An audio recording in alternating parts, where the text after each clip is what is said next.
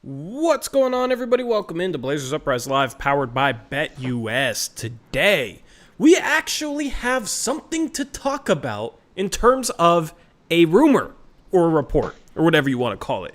We're going to be talking about Robert Williams III in today's stream. This is going to be a continuation of last Thursday's stream in which we debated the potential trade candidacy of DeAndre Ayton or Robert Williams III down the line. So we'll kind of continue that discussion while weaving in a report from Brian Windhorst. We're also going to take a look at a Blazer trade idea. We're going to react to it. I have not seen the trade idea yet, but the picture for the trade idea caught my eye, Eric, because it had Lamelo Ball and Ja Morant in it. And it was an article based around the Blazers trading for someone. So no idea what that might mean, but we'll find out. And that's the fun about these streams. We don't vet these trade ideas beforehand. We just go in blindly and we see what happens. Kind of like each show in general. Eric, good start to your week, huh? Yep. We, of course, had the 49ers. We're both 49er fans, for those that don't know. We just got done watching them take care of business in week one. So, yeah, very good. And also raise your hand if both your college and NFL teams are undefeated. Yeah, still can raise my hand on that one. Yeah, and my fantasy team that I care about. Nice. Yeah, so are you. You were our highest scorer this week. So football's going pretty good. Had a good week. Yeah. I also, we'll just weave this into our favorites of the week. I also was at Buffalo Wild Wings watching the Oregon Ducks barely squeak out a win against Boise State, drink in hand, like just enjoying life. That was kind of a vibe. I apologize to any Ducks fans out there, but I can't stand the Ducks, and I have heard so many Ducks fans talking trash about anything. Anytime the Huskies barely beat an opponent last year, I had a million Ducks fans giving me crap about it. So it's kind of funny to see the Ducks struggle to beat two teams from Idaho. So I was enjoying that in return. But of course, just enjoying that football's back. That's my favorite thing from the weekend. Eric, I'm sure it was the same thing for you, unless you have something else. Yeah. Unfortunate they came back and won. It's between that and yeah, sorry Duck fans, but I was hoping you'd win. And it's so weird, man. Civil War being the third week of the season, apple cut for your Huskies. Yeah. The games should be a lot more interesting than they appeared to be earlier or before the season started. But yeah, I don't know. It's still have a feeling the Ducks will come to play, unfortunately, but I don't know, man. They have not looked good at all. They look very beatable. So next weekend should be fun. More NFL, more college football. The NBA season is a month away, at least the preseason. The Blazers tip off preseason October 11th. It is September 9th, so we're about into our final month of the offseason. In less than a month, we're going to be talking about Media Day answers, Eric. We're going to be talking about training camp montages that will get posted to Twitter. We're going to be talking about legitimate stuff, which is fun. I had a dream that I asked Joe Cronin a question in Media Day. What'd you ask him? I asked him a salary cap question. And I'm sure he botched it in your dream. This is probably your best dream ever, huh? No. I don't really want to talk to Cronin. You stumped Cronin with a salary question. No, it was... I don't remember him like actually answering the question, just him like kind of responding to it, you know? I don't remember what he said in my dream. Interesting. You're dreaming about Joe Cronin. You heard it here first. This sounds like a Cronin crony to me, a Cronin fan to me. What was the least favorite thing about your weekend? And chat, participate in this as we do every Monday. Let us know your favorite and least favorite thing from the past weekend in the live chat. Eric, I don't know. I had a good weekend. So there wasn't really anything down, man. Like, I don't even feel like being negative, which maybe is my least favorite thing of the weekend because I love being negative, right? I thrive off negativity. That makes me want to live is being negative, right? So my least favorite thing this weekend was there wasn't anything negative enough to happen for me to talk about in this segment. What about you? I think mine's going to continue to be just the utter lack of anything interesting happening in the world of the NBA and leading to being, very difficult to come up with topics for shows and things like that. So as long as that continues to be the case, I know Windhorst got us today. Good thing that you saw that because I did not. But yeah, other than that, I mean, it's such a dead period. We had your guy JT Thor signed with the Cavs on a two-way today. That was pretty cool. Yeah, JT Thor, man. One of the best names ever. He played on South Sudan during the Olympics, so got to see him a couple times this summer. But yeah, we really don't have much at all in terms of news. I mean, Eric asked me a question before the stream. He asked me if Al Horford actually retired, and we're just desperate for news that we're out here getting, as the kids would say, ball sacked. So fake reports, a fake Legion Hoops account apparently. So love when that happens. But I'm looking forward to real stuff to react to, Eric, which is why this rumor excited me. One, because it's something. It's not nothing. It probably shouldn't be read into too much, but it's not nothing, which is good. And then it also continues some of the talks that we had on last stream. So looking forward to that. And honestly, there's a section of it that I have not read yet. I'm just kind of pulling up articles here. I just got the gist of it. So there's a team that is linked. That makes a lot of sense. That Eric does not know yet. And then there's a section about DeAndre Ayton as well that I have not read because I saw the name DeAndre Ayton and I decided, you know what, I'm going to stop reading. I'm going to react to it live on stream. Nice. But Wes Davidson said his favorite was NIU over Notre Dame. That was cool. Yeah, that was fun. And Barking Box says least favorite got food poisoning. I do not envy you there because food poisoning is brutal. I hope you feel better. Anyway, chat, appreciate you guys hanging out with us tonight. If you're watching after the fact, we appreciate you as well. And we also appreciate BetUS, who will be sponsoring us all season long. Really looking forward to getting back to picks against the spread streams, Eric. I'm starting to conceptualize the graphics for that in my head. So I'm looking forward to actually putting that out when the regular season starts. And, of course, all those spreads are brought to you by BetUS. And now is the perfect time to head over to BetUS and get in on NBA futures. Eric, I think for this, we're just going to pick an award. What award do you want to talk about? We got most valuable player, clutch player of the year, which, clutch player of the year, it's like if you hit 3 buzzer beaters, you're probably going to win it, right? It's kind of the most random award, although Dame would have won it multiple years, I think. Let's go to rookie of the year. All right. So chat, feel free to chime in the live chat as well. After this, I just want to see what I saw. Bronny James had his own category below. Oh yes, Bronny James has. I think I've talked about it on the stream before. Bronny James has his own freaking category. But chat, I want to know which money line you like the most. Okay, so you have Alex Sarr is plus 900. That basically is 9-1 odds, right? Plus 550 would be 5.5 to 1.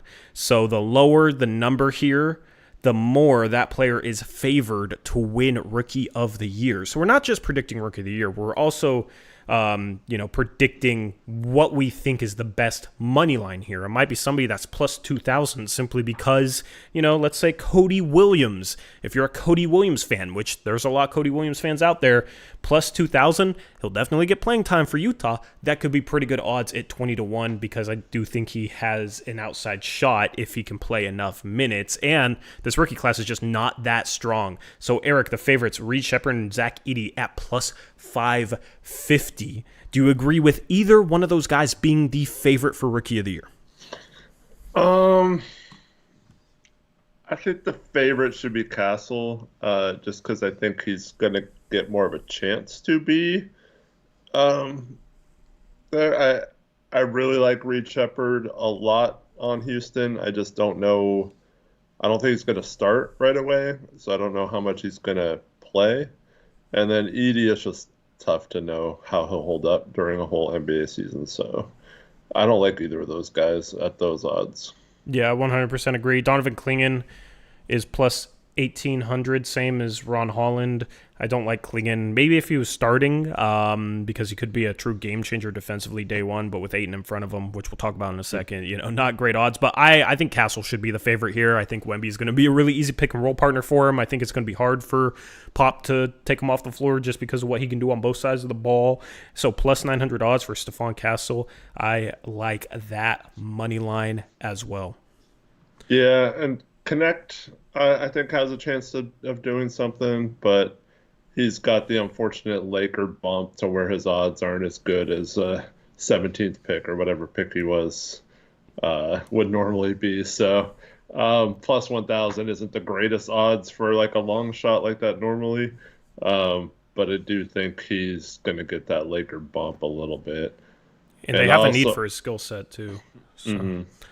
I think Bazelis could get some run for Chicago and put up some numbers. But once again, plus 1,000 isn't great odds either. So if you want a long shot, right below that is that group with Cody and Jared McCain, Khalil Ware, Carrington. I think those are all decent value plays. Yeah. Terrence Shannon, too, at 8,000 or 80-1. If he was on a worse team, I would love Terrence Shannon at 8,000. I mean, I still love it at plus 8,000, but, with guys like that, can he get the playing time on a stacked Minnesota team? But Carrington at plus 2,000 I like as well.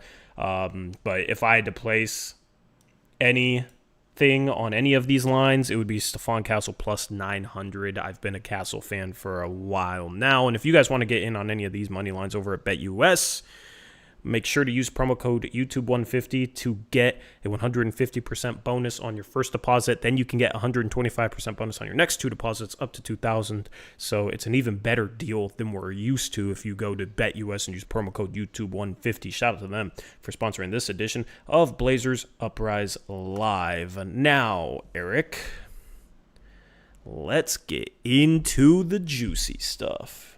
Normally we save this for like a later segment, but I mean, this is basically today's stream. Let's get straight to this Brian Windhorst report that he was on his podcast called The Hoop Collective with Tim Bontemps and Tim McMahon. I don't know how to say his last name, but two Tims. McMahon. It was two Tims into Brian, Eric. And I'm reading a Blazers Edge article kind of summarizing it.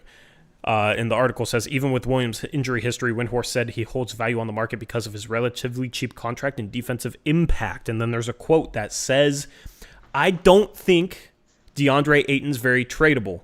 And this is a quote from Brian Windhorst. I don't think DeAndre Ayton's very tradable. A guy to watch who is very tradable is the Time Lord, one of the great nicknames in the whole NBA, Robert Williams, coming back off the injury. Obviously, he's a guy who's had repeated injury problems, but that's a guy who makes $13 million, who they may be willing to part with, who could go to a contender and be a significant piece. The guy is potentially a difference-making player defensively in a playoff series. Honestly, the responsible thing to do for the Blazers is to trade him because the responsible thing to do is to develop Clingan, who, by the way, could be an ace defensive player too. He's got the potential to do that. And there is a team that he also mentioned. Let me see if I can bring up a different article with a different quote here. But while I do that, Eric, do you agree with those sentiments? What do you think about those quotes from Brian Windhorst. Yeah, I agree with all that. I mean, I don't know if Aiton's like untradeable or has zero trade value, but like we talked about last time, I mean, I don't think his value is much more than the kind of package that Phoenix got for him. I don't think it's like changed at all, really. So yeah, I think Robert Williams is the most tradable. I do think because his value took a huge hit going into last offseason based on the injuries. Yeah. And so if it was last offseason and we're talking about this before the season started, I would kind of agree more with what Windhorst is saying. And I know there's teams that'll probably end up taking a chance because they need that center depth. But I just think the fact that he got hurt, and it wasn't even like seemingly like a serious injury. He just kind of like tweaked it, and then he tweaked it again and was out for the season. I just think that kind of kills most of his value. Right now, there is another quote from Brian Windhorst. This was on NBA Today, and this provides, I think, a little bit more context. And this article from, I don't even know who this article is from, but it summarizes it and includes a quote. This article says, according to Brian Windhorst, some NBA teams, including the New York Knicks, are keeping their eyes peeled on the Portland Trailblazers center. Windhorst revealed the Knicks' interest in Williams when he revealed who their targets are to improve the roster. And Windhorst said, quote, I would say Robert Williams from Portland. I would say any team looking for a center is going to watch Robert Williams closely this year. I think that's a key part of the quote, okay? He continues to say, I think the Knicks will be among the teams monitoring him, so as the season goes along, how that center position goes is going to be a big topic from week to week as they try and get going. And, of course, this is on the heels of Isaiah Hartenstein leaving the New York Knicks to join the Oklahoma City Thunder in free agency this past offseason. You know, still a good offseason for the Knicks. They got Mikal Bridges, but if there is one question mark on their roster, it is that center position. Mitchell Robinson will start there, but he's had his injury issues in the past. And then their backup center is Precious Achiuwa. Do you want to be playing Precious Achiuwa potentially starter minutes in the playoffs if you don't have Mitchell Robinson? I am not too confident about that, right? So who is a guy with past playoff experience at the highest of levels that could be a true difference maker? Robert Williams. And the Knicks do have multiple future firsts. The key part of this quote is they're going to watch Robert Williams closely this year as the season goes along. And I think that's the case for any contending team where they're not going to give up anything of substantial value for Robert Williams right now. Would the Knicks maybe trade a couple seconds for him? Sure. But also they probably have to trade matching salary. Is that a salary they want to trade right now? I don't know. But I think the entire point with keeping Robert Williams on the roster is to play him enough minutes next year to prove, okay, he's staying healthy and he's playing well, and have him healthy by the trade deadline when you could potentially get a first-round pick because there should be multiple teams in play for him. Number one, his contract's much easier to trade for than DeAndre Ayton's. He's making $12, $13 million compared to DeAndre Ayton on a max contract right now, so it's much easier for teams to match and absorb that in. Number two, I think his skill set is more widely sought after than DeAndre Ayton's in terms of Robert Williams III being a really good defensive big man role player type of guy, where Ayton is, you know, has some question marks about, you know, his willingness to play the role at times in the past, and he's more of a scoring type. If a team doesn't need offense, do they want to bring in DeAndre Ayton? Most teams are always looking for defensive upgrades at the center spot, and Robert Williams, if he's healthy, would be that for a lot of teams.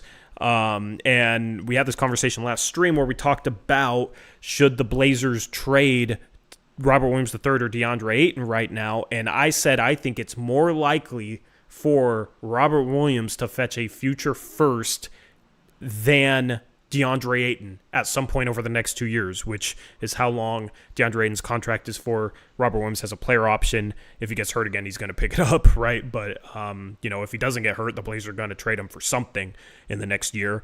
I think there's more upside to Robert Williams' trade value for this Blazer team, bringing him into the season.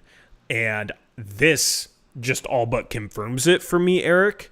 And, a big part of the conversation is, okay, how do you find enough minutes for DeAndre Ayton, Donovan Clingan, and give Robert Williams enough minutes where it doesn't come across like, oh, yeah, they're just hiding him because they don't want him to get hurt, but he needs to prove he's healthy, right? Because it says, this quote says, teams are going to be monitoring him as the season goes along. There's no point to monitor a dude that's just sitting on the bench. So how do the minutes shake out with those three centers? And that's the conversation we had last stream, and I just think it's interesting, this report, because I think if you can play Robert Williams 15, 16 minutes a game and he stays healthy all season and he's what we expect out of him defensively, I think you for sure can get a first-round pick at the deadline for him, which may be a reason to move off Ayton right now if the Blazers could, because you asked me that question. Would you trade DeAndre Ayton straight up for Ben Simmons right now just for an expiring contract? Well, you clear up some of those center minutes, and then you can play that game of hopefully Robert Williams III can stay healthy, and the Blazers can flip him for a first-round pick at the deadline, and if they don't, they got Uprise. They'll play Clingan some minutes, force him to get in shape, force him to improve his stamina.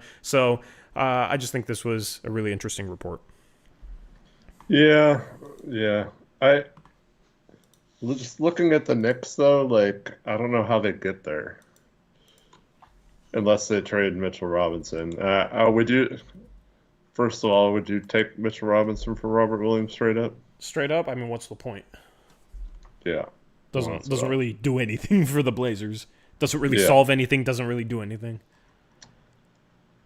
So how are we... I mean, I guess I could see them.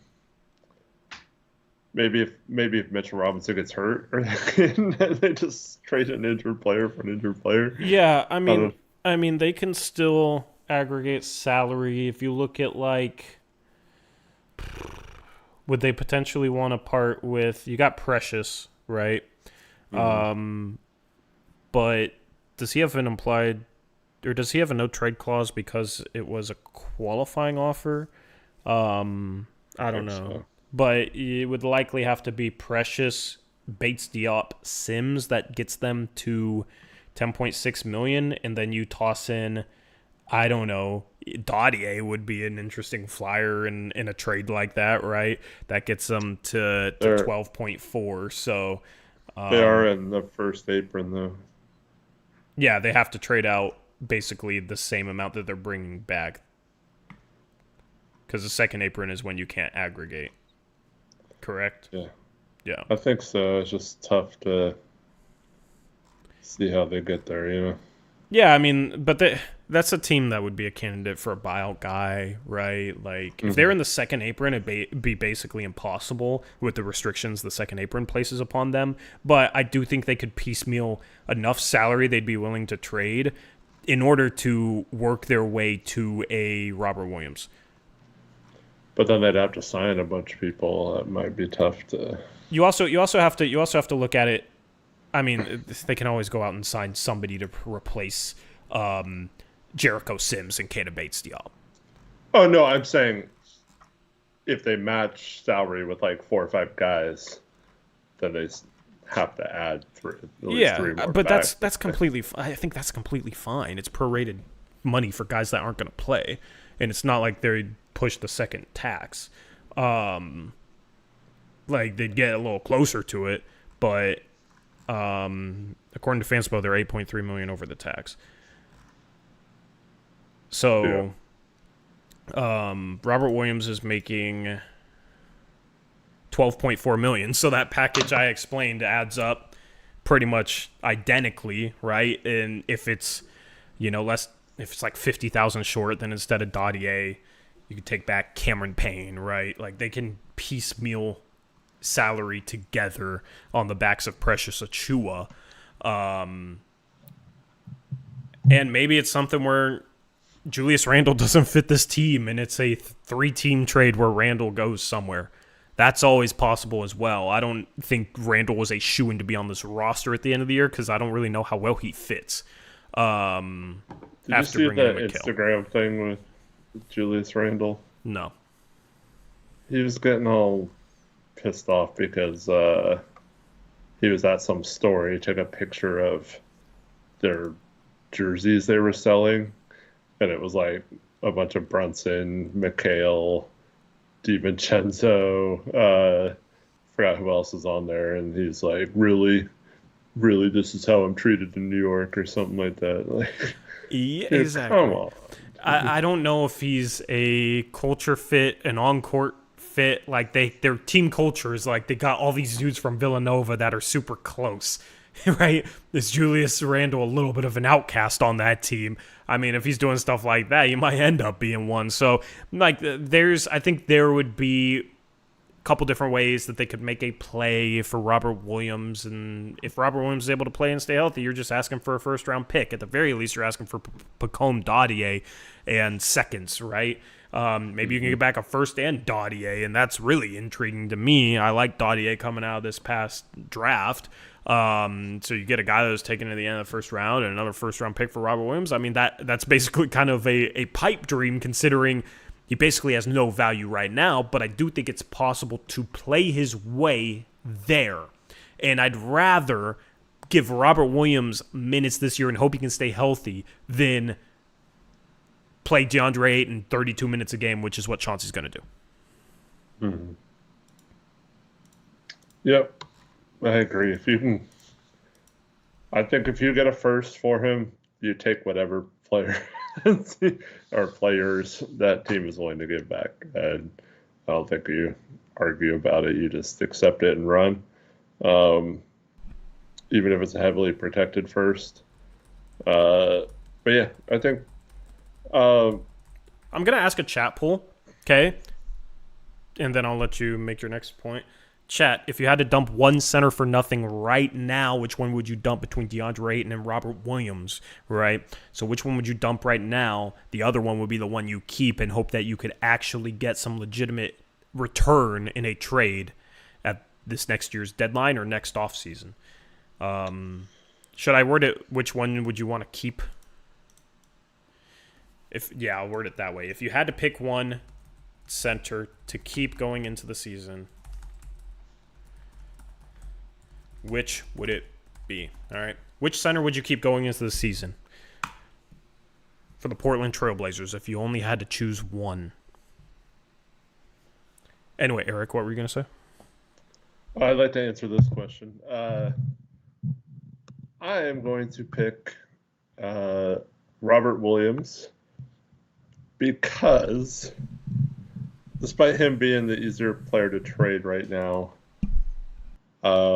I still think, well, one, I don't care about being good this season, so I think trading Ayton helps us maybe not be as good, especially if Robert Williams then gets hurt again. Plus, I just like DeAndre Ayton's contract off the books after this year, so if we got an expiring for him, like the Ben Simmons contract that was mentioned, I'd just be happy that we have that space moving forward, and would be a little worse this year for tipping odds.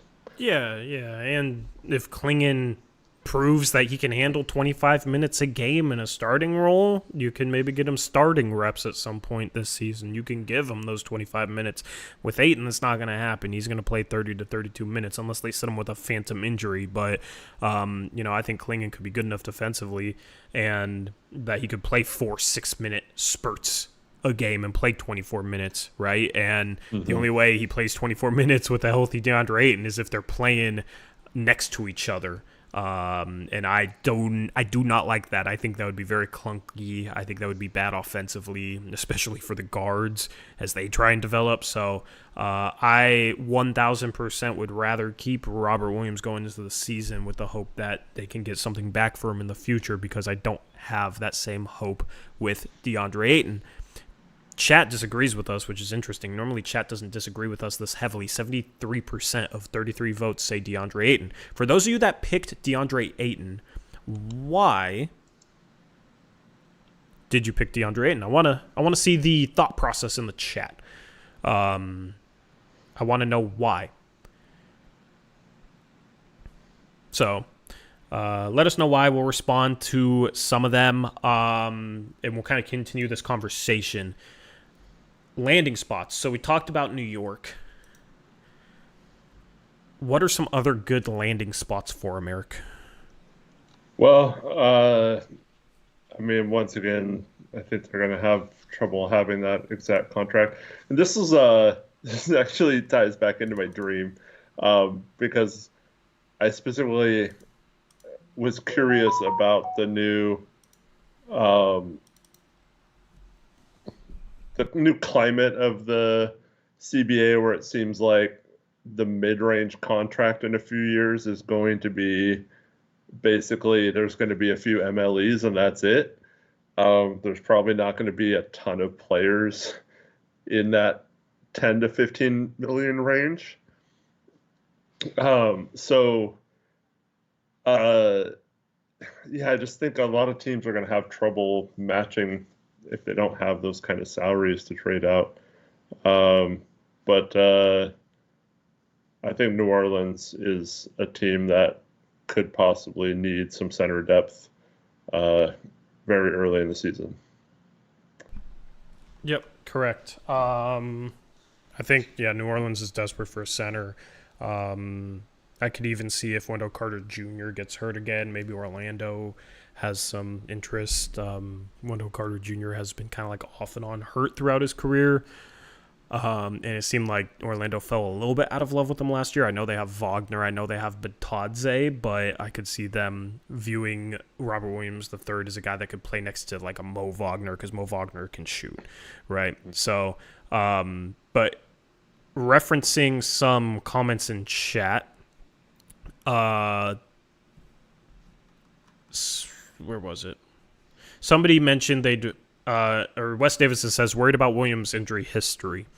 See, the downside for both Ayton and Robert Williams is the Blazers get nothing back for them. And if Williams gets hurt again, they're going to get nothing back for him.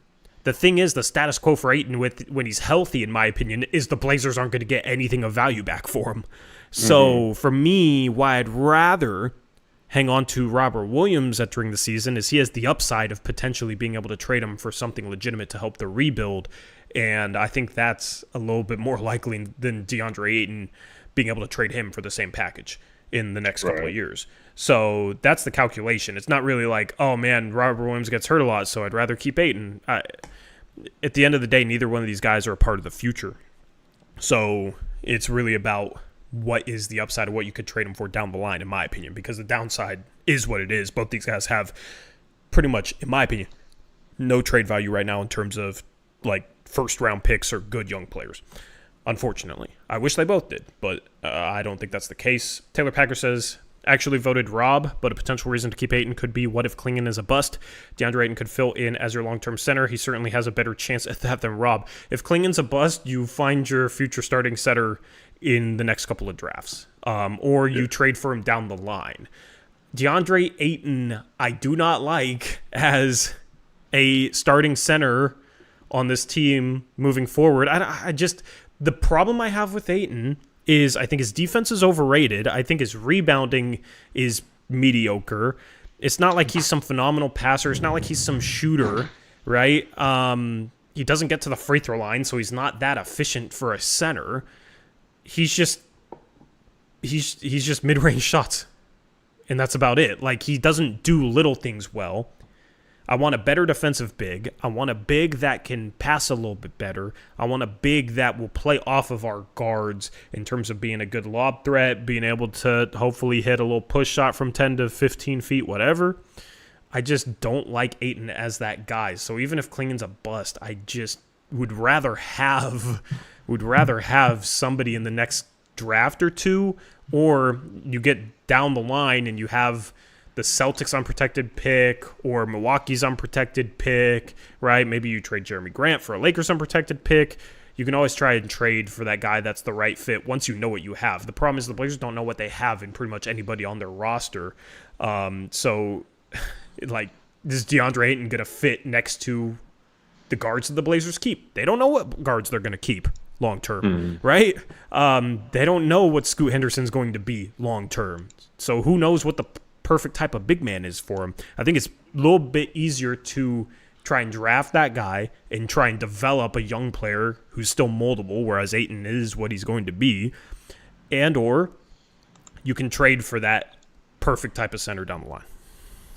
Yeah. I don't know. You can push back if you disagree with this. I am 100%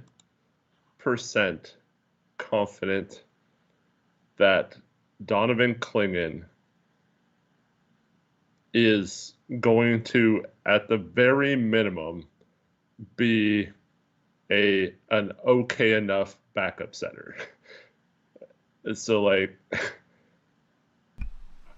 I don't think there's any chance he's not, like, an okay backup center. Yeah. Like, at worst. So, like, yeah, that's a bust taking him at the 7th pick if he is. But I think we have, like, part of our long-term center equation figured out, whether that's the starting center or a backup center. I think that's obviously going to be needing to be shown by Clingan on the court. But I think in terms of just if you have a 2-center rotation, can Donovan Clingan be one of those two guys? I am more confident in anything I've ever predicted this offseason that Clingan will be at least acceptable enough to be part of that two-person center rotation. Yeah, and going forward, like, I don't want to settle for like 3-4 mediocre defenders in the starting lineup.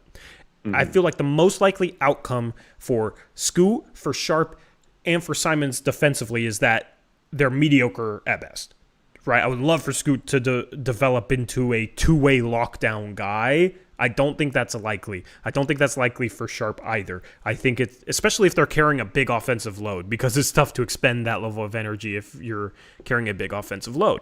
So it's easiest for me to project those guys as like average at best defenders long term. Ayton projects as an average defender long term. I think he's an average defensive big man. He has some good moments, but he's not really much of a presence. And it's not like he's some super switchable guy or like great positionally, right? I think he's an average defensive center. So if you're thinking there's a chance that he could be the long-term center, I feel like you're going forward with at least 3 starters being average at best defensively.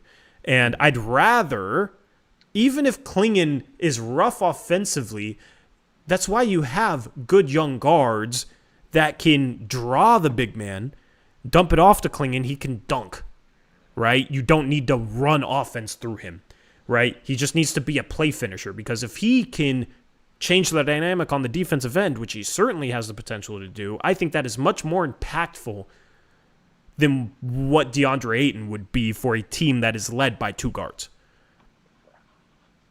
Mm-hmm. Yeah. I don't know. You watched Clingan in Summer League, and yeah, it's Summer League, so who knows if this will be the case when he steps onto an NBA court, but this was also the case in college. He just has a presence on the floor, and you just mentioned that Ayton doesn't have that. Clingan absolutely has had it up to this point in his career. And so it's just that intimidation factor. We saw several times in Summer League where players just refused to attack him because they didn't want to get their shot blocked. And I don't think anyone's been scared of attacking Ayton, at least not in a Blazer uniform. So it's going to be cool to have that kind of presence for once. It's been a while since the Blazers had that type of guy. Yep. And it's a lot harder to find a potential game changer defensively than it is to find somebody that can score points, even at the center position. Like, it's easier to replace what Ayton does than it is to find somebody with the potential to be a true game changer defensively like Donovan Clingan. So even if you think Ayton's the better player, I think Clingan provides the skill set that is harder to find. And even if he's not like a 35-minute per game guy, even if he's a 26-minute per game guy, that's 26 valuable minutes where you have somebody that could maybe hold his own against Nikola Jokic one day because he's big enough to bother him, right? That has enough size to maybe bother Victor Wembanyama a little bit, right? Like, Clingan needs to get a little bit more mobile to deal with him, but like, you need somebody with size that can defend and be a presence on the interior, and it's just hard to find those guys. And that's why I came around to the Clingan pick, because there's a comment in chat says, I remember y'all saying you weren't high on Clingan before the draft, not hating. I came around to Clingan. When they drafted him, I was fine with it. I was fine with that at 7. I did not like the idea of trading up and trading legitimate assets to get Donovan Clingan, because I don't think he projects as a star. And I still hold those same sentiments. All the raving I'm doing about him is as a like game-changing rim protector. Yeah, as the draft played out, I mean, Cody Williams kind of lost some of that upside draw as the process panned out throughout the college basketball season. Salon obviously went the pick before us. I just connect, we talked about this at nauseum before the draft, how there were some really young guys and there were some like 23-year-olds like connect and stuff like that. So Clingan, when it got to the 7th pick, the Blazers for sure knew or wanted Clingan. The fact that they didn't have to give up an asset, like you said, to move up. And that made it a little bit more bearable in my mind. And then the fact that the way the draft panned out, it's not like we passed on like a Shaedon Sharpe type player to get him, So that also made me be a little bit easier with that pick. It's not easy to be like tanking for a season. It's just the whole dynamic of what we've been talking about with Ayton and the Blazers just putting so much emphasis and time into trying to prove that Ayton was changed and was really good and all that kind of stuff. Like that kind of stuff just made it weird for me that they would just then turn around and use their best asset this summer to draft another center. And so, yeah, and then like Taylor said, we had just traded for Denny that day as well. So that kind of made our forward need a little less important as well. So I kind of like, once we'd made the trade for Denny, having that a center prospect we could be excited about. And then, of course, he plays well in Summer League too. So at least at the things we need him to be good at. And so, yeah, I don't know if I'm necessarily changing my mind of it's still kind of weird, tanking a whole season and that being our prized pick we got out of it by falling to 7. But I don't think it would have changed no matter where we were at higher than 7 either. So I think I'm just going to stick with being okay with it, and I think it has some upside if he can help our defense. Yeah, I had always said if you're drafting in the top 10, you draft for upside, right? Last year's draft was a bit different. It was weaker. And at some point, if you're not confident in any of the upside plays panning out in the top 10, then there is upside in getting a guy that can be a true game changer defensively. even if it doesn't result in him being a star, he can have a big impact, which at the end of the day, you're just trying to draft players that help you win basketball games. And if they get it done in a flashy way when they're scoring 27 points per game and they're an all-star selection, then great. But if they're completely changing the defensive side of the floor and they're one of the best rim protectors in the league and having a true legitimate impact that way, that is also very valuable. It's just, of course, not as flashy. Defense isn't as flashy. So that's where it was, I don't know, easier to come around to Clingan. And he's the future starting center of this team, at least. You know, he deserves the chance to start. It doesn't make sense to hang on to a guy like Ayton, hang on to a guy like Robert Williams to be the future starting center of this team. It's a rebuild. You tanked a whole year to end up with that 7th pick to draft Clingan. So you don't invest an entire season of sucking at basketball to draft this guy and then say, man, well, maybe we want to keep Ayton long-term too. So the direction is Donovan Clingan, and if both Ayton and Robert Williams are on this team heading into the season, I'm very curious to see how they handle the minutes between those three. And outside of that, if you had to keep one, I would keep Robert Williams. I would trade Ayton for an expiring.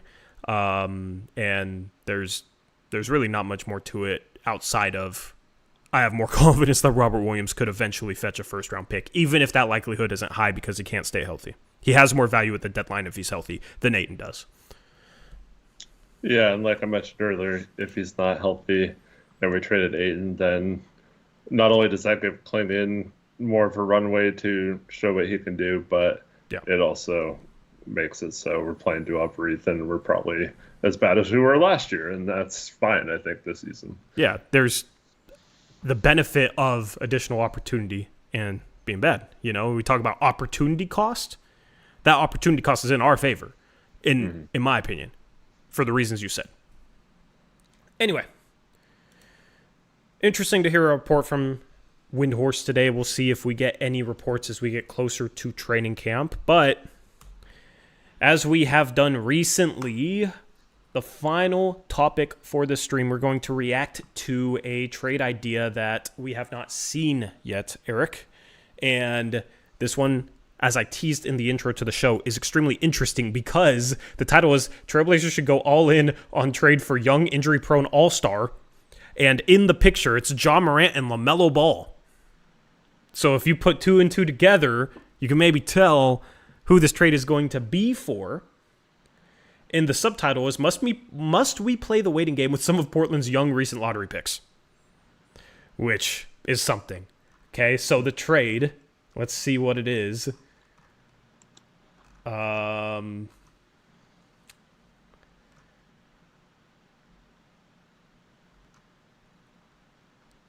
it's for Lamelo Ball. I don't really see what the package would be. I think this is Sports Illustrated. Okay. Sports Illustrated. So, I'll just read it off. Okay, this is from Sports Illustrated, the Portland Trailblazers section of Sports Illustrated. Okay. The article says, basically the first couple of paragraphs is saying Scoot was not impressive as a rookie. And then it goes on to say he appears for a demotion this season as chatter around the team suggests starting shooting guard Anthony Simons will be slotted into the point guard role, while third-year shooting guard Shaedon Sharpe will be moved into the starting two-guard spot. So what if Portland team president, general manager Joe Cronin decided to get a little crazy this offseason or during 2024-2025? What if he decided to punt on Henderson and Simons and go all in on a still young but more proven commodity? Charlotte Hornets all-star point guard Lamelo Ball may be seen by his team's new ownership group as a critical building block for the future, but a long injury history and a bloated contract could also give them pause. Eric, the premise of this article, on a scale from hate to love, how much do you hate it?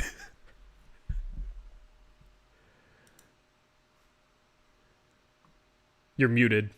That's how much you hate it. You don't even want to talk about it. You're still muted. Yeah, you are. I don't hear you.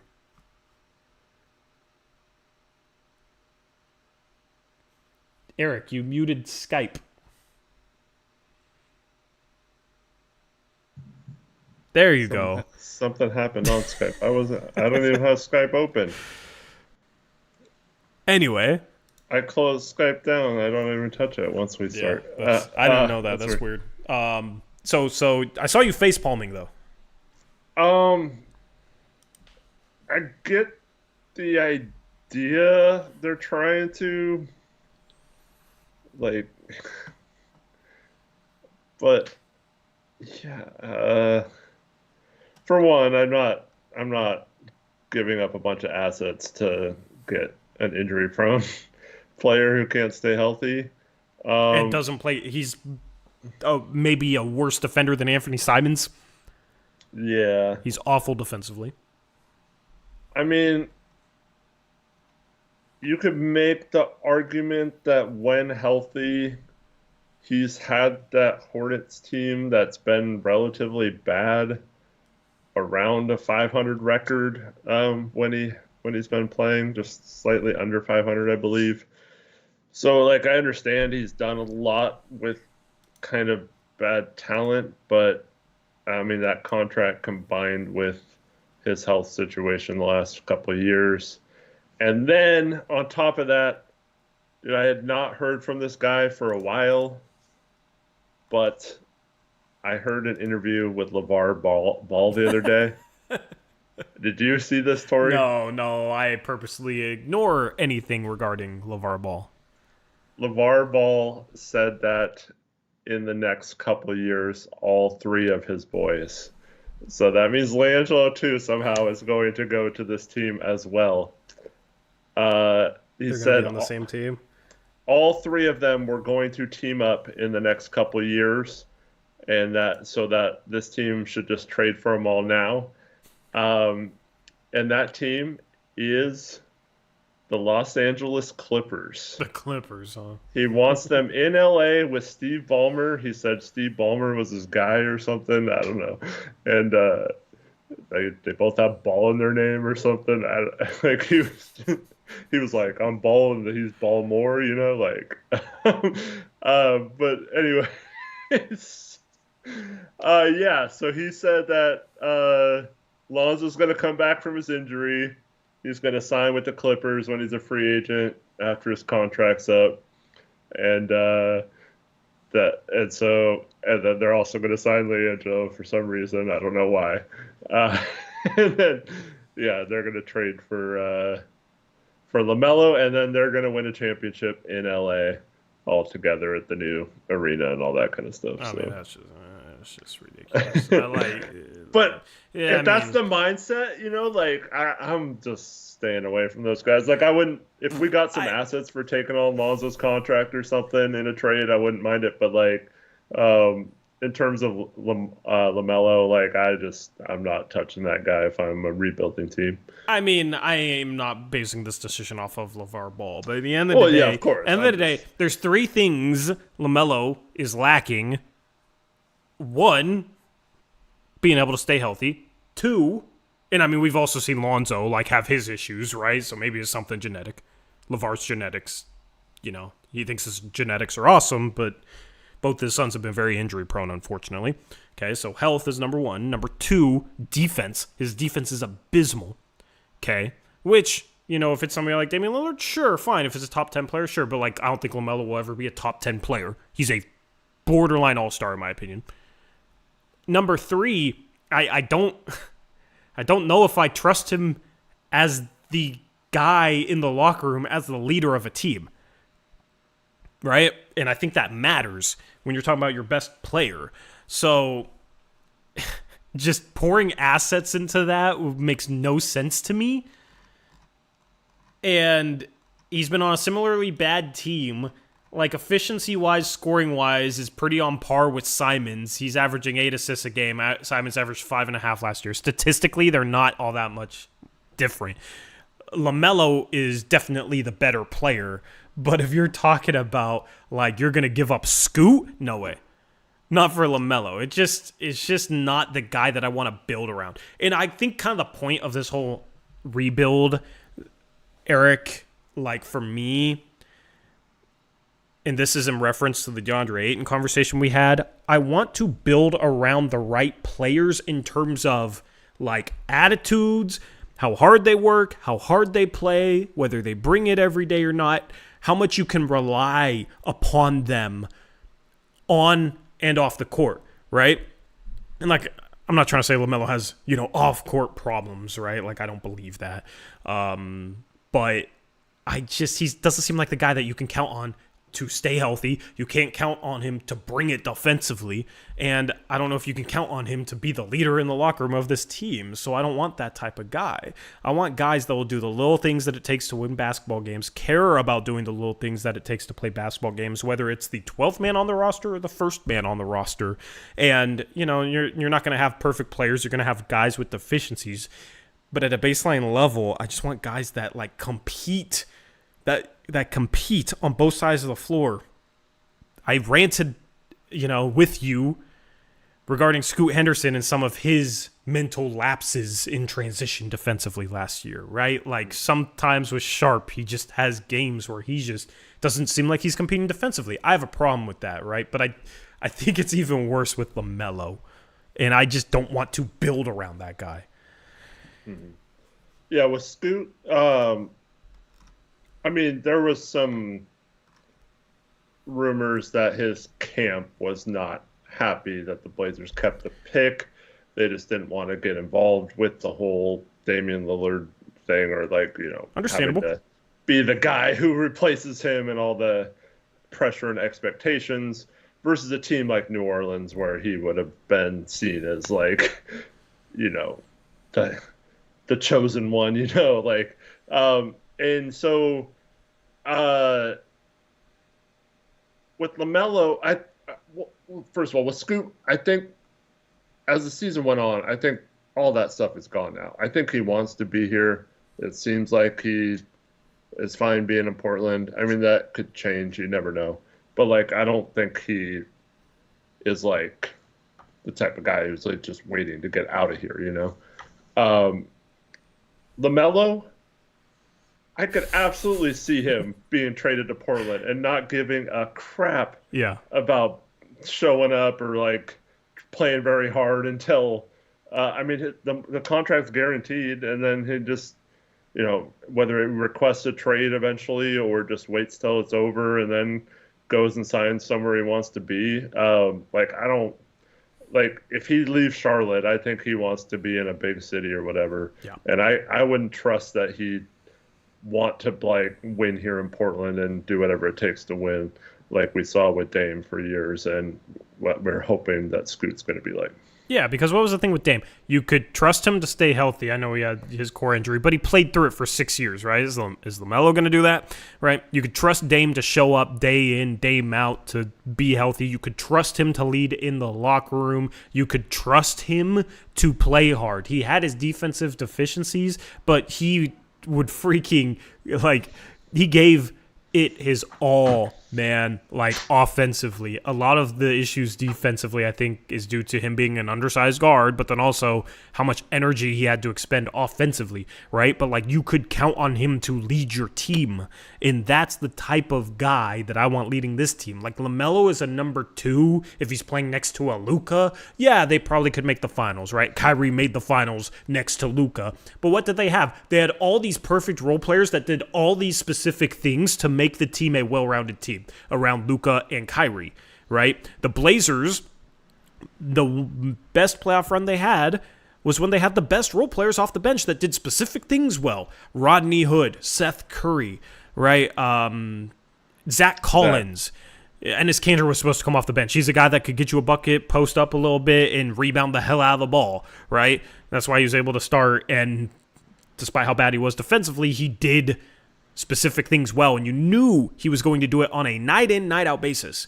Alfred Camino, Maurice Harkless, you knew those guys were going to defend their asses off night in, night out, and not let up. So that's the type of players I want out of this rebuild, and it's part of the reason why I'm so ready to move on from Jeremy Grant and DeAndre Ayton, is because I don't know how well they fit that. There's just things with their games that I'd much rather send them off to a contending team where they could play a role for that team than have them in this rebuild. And that's part of the reason why I came around to the Clingan pick is that dude's going to work. That dude's going to defend his ass off, and he's going to play legitimate defense, and you can count on him to bring those traits night in, night out. Yeah, I was going to say that completely ties back to Clingan, and that's why I did kind of change my mind on him, is that's exactly the type of players we need, is those type of winning players that make all their decision-making process, their thought process, everything revolves around how I can impact winning a game. And the more of those guys you have, I think the better your team is. And that's something like the Knicks, for example, are doing. They're acquiring winning-type players, and why a guy like Randall isn't necessarily going to fit in moving forward. Yeah. Because a lot of those other guys are the type of players that will do whatever it takes, and they might not be the most athletic or the tallest player or the most gifted, but they all get the most out of their skill set because of just that determination and stuff like that. So those are the type of players we have, and I think at the very least Clingan will be the type of player who tries to do that. Maybe he's not good enough to do it at the NBA level, but I think in terms of if you're just trying to kind of mold a winning culture, I think a guy like Clingan really helps a lot. Yeah, and I think the easiest way to think about it sometimes is, okay, would the best teams in the league want to bring this guy into their team, into the fold? And it's much easier to see a team like wanting to bring a Robert Williams into the fold than like a DeAndre Ayton to me. It's not like the Blazers are really working by the same calculus right now, right? But in terms of like the Knicks have a culture, they've gotten guys the past couple of years that fit their culture. Josh Hart, OG Anunoby, Mikal Bridges, right? Dante DiVincenzo, specific culture guys. The Miami Heat have a culture, right? The Minnesota Timberwolves were the best defensive team last year. They developed a culture that they're going to defend their asses off. And even Karl Anthony Towns bought into that, right? So it's like if you have a bunch of guys that work hard, play defense, and a coach where you're able to establish that culture, you can kind of lift some guys up. But like Karl Anthony Towns, I think, is a better defender because Chris Finch, Anthony Edwards, Rudy Gobert, they got a lot of good defensive role players. They all play hard defense.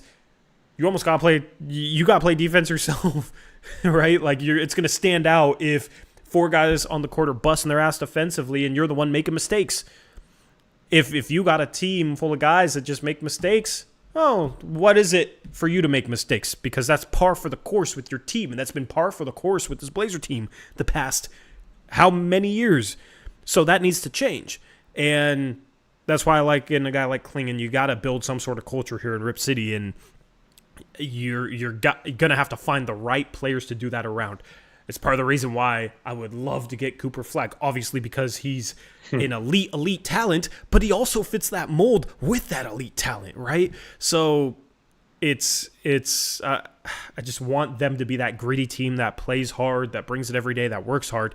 Portland loves those types of teams, even if they're not all that successful, right? So at the very least, like, you got to start building towards that. That's why I like the Avdija pickup, because he's going to play defense. He's going to play hard. He tries to make the right play. And he rebounds. He pursues the ball off the glass. It's why I love Josh Hart, right? It's why Jeremy Grant's rebounding pisses me off. Yep. So it's just very straightforward to me. So. Yep, completely agree. Anyway, if you guys got any questions, we'll answer questions for a few minutes here, and then we'll wrap up the stream. Eric, if you have anything you want to get off your chest. Smith says, Tori, are you excited now the Seahawks under McDonald will also bring their culture on D versus 49ers and going forward? Should be a fun new chess game. The Seahawks? The Seahawks? The Seahawks might lose to the Patriots next week, Eric. I don't know about that. Patriots 2-0. No, I'm That'd just be kidding. funny. But no, the Niners are the team to beat in the NFC. I'm not worried about. No offense to Seahawks fans out there, I'm not worried about the Seahawks. I'm just not. If it's time to worry about the Seahawks, then the Niners got serious issues. Yeah, I said this all last year. It was almost the case. Unfortunately, Greenlaw gets hurt walking onto the field in the Super Bowl. But Niners, I don't think it's necessarily, this isn't like a knock on any other team. I'm not trying to say like I'm so cocky that this should be the case, but just make the playoffs and be as healthy as possible in the playoffs. And I think they're good enough to at least contend for a Super Bowl title. So that's all that I care about. I don't really care about any other teams or how they're doing in terms of how it impacts the 49ers. Just make the playoffs and don't have any major injuries to their core guys. Yep, 100% agree. Unfortunately, since the game just happened, BetUS does not have the division odds for the NFC West. But I'm very curious to see what the odds are after this week one, because the Seahawks played a bad Denver Broncos team at home, and the Niners played a team that many people as a playoff team. Some people have winning the AFC East in the New York Jets. So you can go over to BetUS. Probably tomorrow they'll have this up. You can go over to BetUS.com and you can go check. Go to Sportsbook at the top and then scroll down where it says football. If you click this down arrow, you can go to NFL Futures and it'll take you to this page where there should be an NFC West option, and you should be able to see what the odds say. And if you feel confidently about the Seahawks being able to take it to the 49ers, you can place money on the Seahawks. Use promo code YouTube150 for a 150% bonus on your first deposit, and you still get 2 125% bonuses on your next 2 deposits as well. So that's 3 deposits. You get bonuses on 3 deposits up to $2,000. Is a great deal. So if you're feeling confident about your Seattle Seahawks, go ahead. Check out BetUS. Go sign up and place some money on the Seahawks. Maybe place some money on the Seahawks for fewest wins. They're plus 6,000. What? Just kidding. It's going to be the Panthers. Do not waste your money on that. They're not. They're at least a borderline playoff team. No. If you're a Niners hater, the Niners are plus 30,000 for fewest wins. So, there you go. But, I mean, the Panthers, bro. Oh, my goodness. Plus 375. They got waxed by the Saints. I still think that's pretty good value on that bet. But, yeah. Go check it out tomorrow. We'll see how much the Niners are favored to win the division. Hey, it's a good division. Arizona looked good against Buffalo. Anyway, shout out to BetUS. Arizona almost beat Buffalo, and the Rams lost in overtime to Detroit, which is a team that almost made it to the Super Bowl, almost beat the Niners in the NFC Championship last year. Seahawks are 1-0, so it's a good division. Yeah. Puka's hurting for the Rams, though. Yeah, I hate to see it, man. Hate to see it. I love Puka. One of my favorite non-Niners. Him and Roma Dunze are my guys, Eric. Yeah. My guys. Oh, Rome got hurt, too. Yeah, I'm cursed. So, anyway. Any questions in chat that you want to answer? Any other topics you want to touch upon? Got 118 people in here, so if you want any of your questions answered, leave it in the live chat before we get out of here. Casey Park says Murray and RW3 to Sacramento for Herder to Washington and Kispert and Holmes to Portland. What do you think? I don't want Holmes back. Kispert fills a shooting need, but I don't think Rashawn Holmes can be traded for like 5 more months either. Yeah. He just signed an extension, so yeah. Max says Tori needs to reveal his secrets on how he makes money on BetUS. This stream has been going on for an hour and 12 minutes. It's an hour and 12 minutes of secrets. that I share with you guys each and every stream.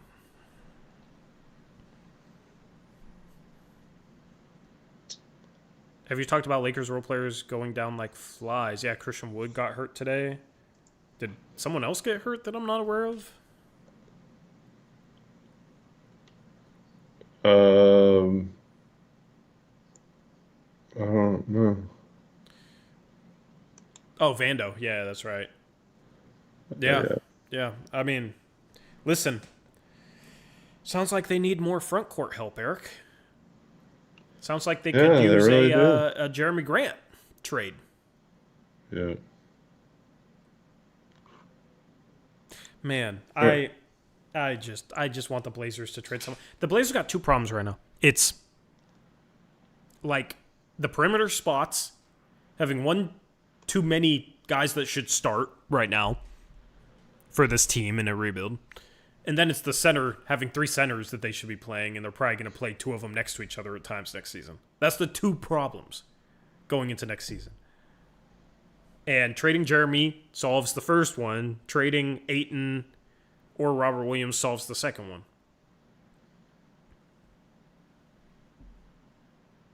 Yeah. Also, trading Jeremy and Ayton, if you get expirings, that's how much money coming off the books next offseason? Like $65 million? Something like that, yeah. Which is crazy.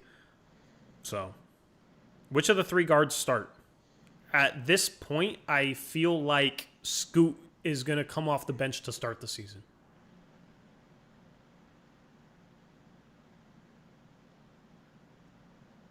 Do you agree with that, Eric? I'll do a chat poll, too. Who do you think? Not who do you want, who do you think? Yeah. I think it'll be Scoot, yeah, if the team's as constructed. But that's another reason why I want to trade Grant. So you can just start the three guards, start Denny at the 4, start whatever center you have left, and move forward trying to evaluate that. I'll do a chat poll as well after this. Who do you want? I'll see who you want. Because I feel like, maybe that's how I should have worded this poll, but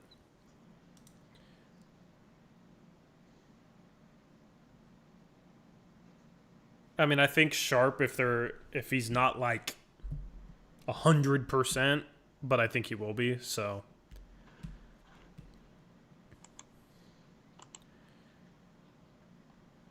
all right, yeah. People are 57%, 60% say Scoot, 33% say Sharp out of 15 votes. Let's do who you want. That's the more interesting poll to do.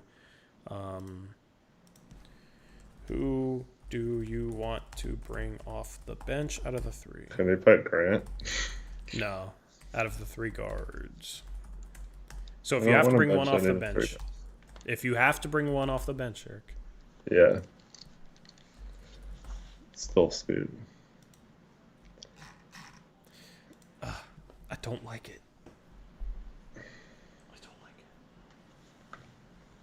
I mean,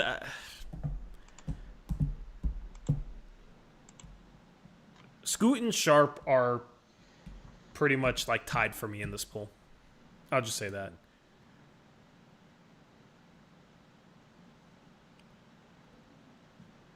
I thought I'd see a bigger percentage for Simons. I don't know, man.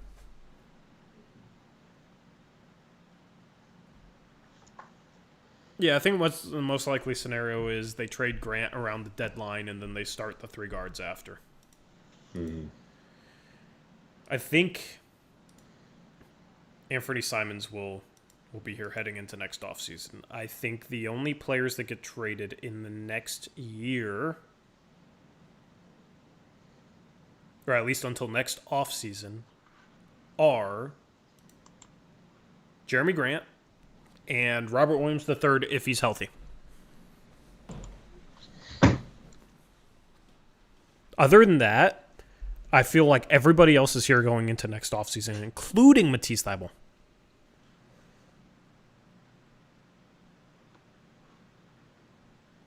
That's my gut feeling.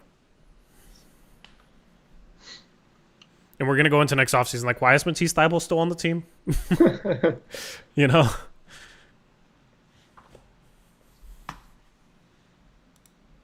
Shout out to Javon. Sorry, I just saw this member message. Member for 10 months. Thank you, Javon. Says, Pacome Dadier to Portland. Yeah, nice young player to take a flyer on. Thank you for being a channel member. We're going to do occasional post-game stuff for our channel members this upcoming season. Also, we're going to do occasional call-in shows. I'll have more information on some of the things we're going to do on post-games as we get closer to October. But we had a period of time where we did like a call-in every post-game show. I think that's overkill. But like once every 5 to 6 post-game shows, I feel like is a pretty good rate to do that, especially considering we're going to suck. So, just give you guys the opportunity. Because I know do it through like Discord or something instead of. Yeah, we're gonna do it through Discord. Yeah, so we're gonna try and what we're going to try and do next season, right? Because like I'd love to do like watch parties and bring in more people that end up being good on air and all that, like pregame stuff. But like when the team sucks, people just don't really care about watch parties or pregame stuff, If the team was really good, like maybe. But when the team sucks, it's just like I wanted to do all that last year and that was my plan, and it was just like, work really hard on our pregame video, gets 300 views, like what am I doing, right? So this year it's just like obviously still doing post-game shows the way we do post-game shows, but how do we keep it fresh during the course of the season? How do we have like different event nights, right? Or different things that you guys can look forward to, right? And if you're in our Discord, you may already have been spoiled as to some of the ideas, right? But like the goal is you're going to get something fun, fresh on each post-game show. There's going to be call-in nights, right? Giveaway nights, because you guys a giveaway for picks against the spread, right? So nights like that. And basically the idea is still post-game, but also we do a lot of that stuff through the Discord as a way to grow the Discord, because I want to grow the Discord, and we can run everything through the Discord. Call-ins we can run through the Discord. Giveaway, it might be trivia questions in a Discord thread, right? So just a way to grow the Discord and keep next season fun, introduce some new things for next season while, not trying to do a bunch of extra content, right? Still doing what we do best, which is obviously post-game shows. Yeah. So that was my thinking. Can we bring Rich and Crush back? Absolutely. Absolutely. I mean, there will probably be post-game shows next year that I'm not around for, and Eric and Rich or Eric and Crushables will do it, right? And Eric might miss one or two. I don't know. And, we'll mix it up a little bit, right? Occasionally when needed. And maybe it'll be a 3-man panel. See, that's the thing is, like, occasionally I'd like to do a 3-man panel, but not let you guys know. So you guys just have to tune in and find out. Right? That's how you get the people coming back, Eric. So, yeah, just like fun little pleasant surprise, because we've learned a lot in terms of keeping the channel fun while we suck ass, while we're absolutely terrible. So, also, I've already scheduled like when I want to release updated big boards. So some streams it'll be like, this is the stream we're going to release an updated big board. So yeah, if you join the Discord, you can find some of the nights, but I'll wait to talk more about it. It'll be fun. I'm looking forward to it, man. Looking forward to it. Before we go, can we break down film of my new favorite 49er, Dominic Pooney? Ooh, yeah. Dude, he's nice. Dude, we got a steal there. I know, finally. Like, we needed to get, like, a contributor on the offensive line, and he's just a game changer, man. But I was seeing film of him in preseason, like, before this game, and I was really impressed. And I'm not somebody that knows football anywhere like I know basketball, but I watched a couple film breakdown stuffs on him, and yeah, I'm hyped for an offensive lineman. I think if we had who he is right now, I think if we had him last year, we win the Super Bowl. Well, yeah, considering on some of our biggest plays that the right side of the line did not hold up. Exactly.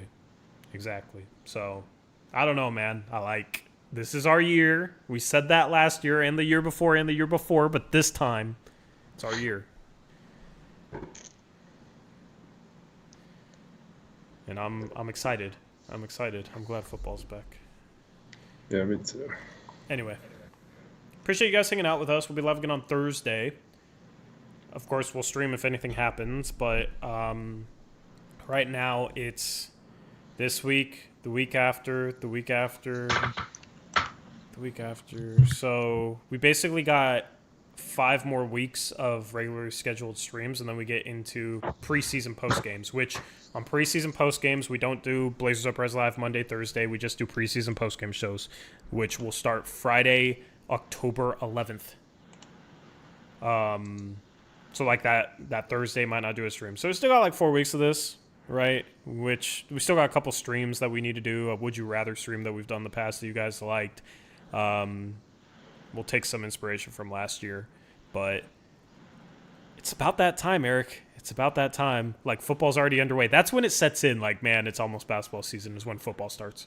NFL starts. For real. So. Hey, can you send me that 6-digit verification code? What 6-digit verification code? You should be getting something. What are you trying to sign into of mine? My phone's dead. Darn it. I was going to try to set up that question so I could get some Would You Rather. People could start putting their Would You Rather.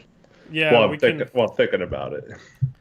We can do it, next week too as well. Yeah. So, I just want to have time for people to get good questions.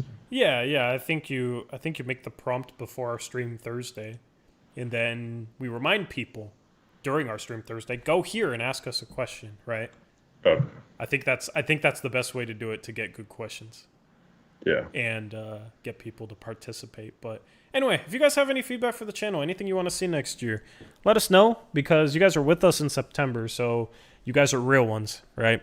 And we appreciate your feedback. Ultimately, I enjoy making content that people want to watch, and enjoy making content that people can have fun with. People can, communicate with us. It's interactive, all that stuff. This channel's for you guys, right? So if there's anything you want to see, always feel free to let me know. You can reach out to us on Twitter. Our Twitter links are in the description box below. You can also reach out to us on Discord. Our Discord link is in the description box below. You can go look at the Blazers schedule, which will tease some of the post-game stuff that we have planned for next year. And once again, shout out to BetUS for sponsoring this edition of Blazers Uprise Live. Anything else, Eric? No, thanks everyone for watching. I hope you guys all have a good couple days until our next stream on Thursday. Yep, looking forward to that. Thank you guys for hanging out with us. Have a good rest of your Monday night, and we'll see you on Thursday. Until then, as always, peace out. Go Blazers.